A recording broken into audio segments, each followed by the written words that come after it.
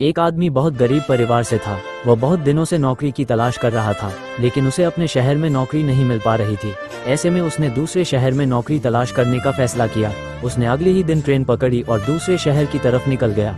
उसके माँ ने एक टिफिन में रोटियां रख दी थी। वह आदमी इतना गरीब था कि उसके घर में सब्जी नहीं बनती थी, क्योंकि सब्जियों के लिए पैसे नहीं थे।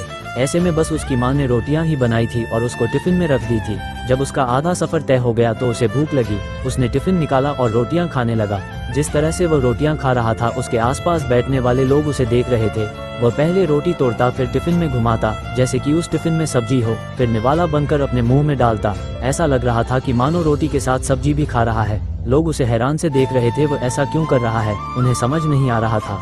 एक आदमी ने उससे पूछ ही लिया कि भाई, तुम्हारे पास में केवल रोटी ही है, तो तुम रोटी को घुमाकर मुंह में क्यों डाल रहे हो?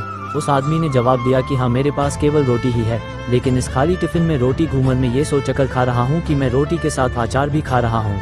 दूसरे व्यक्ति ने पूछा, क्या इससे उसे आदमी को अचार का स्वाद आता है? उस आदमी ने कहा कि मैं रोटी अचार सोचकर खा रहा हूँ तो मुझे स्वाद भी आ रहा है। जब उसके आसपास बैठने वाले लोगों ने यह बात सुनी तो एक आदमी बोला कि अगर सोचा ही था तो आचार्य क्यों सोचा, मटर पनीर या शाही पनीर सोच लेते, इस तरह तुम उन सब्जियों का भी मजा ले पाते। तो दोस्तों, इसे हमें ये सीख मिलती है, बड़ा सोचो तभी सफलता बड़ी होगी। अगर आदमी के सपने बड़े होंगे तभी सफलता भी बड़ी होगी। इसके लिए आदमी को बड़ा सोचा होगा।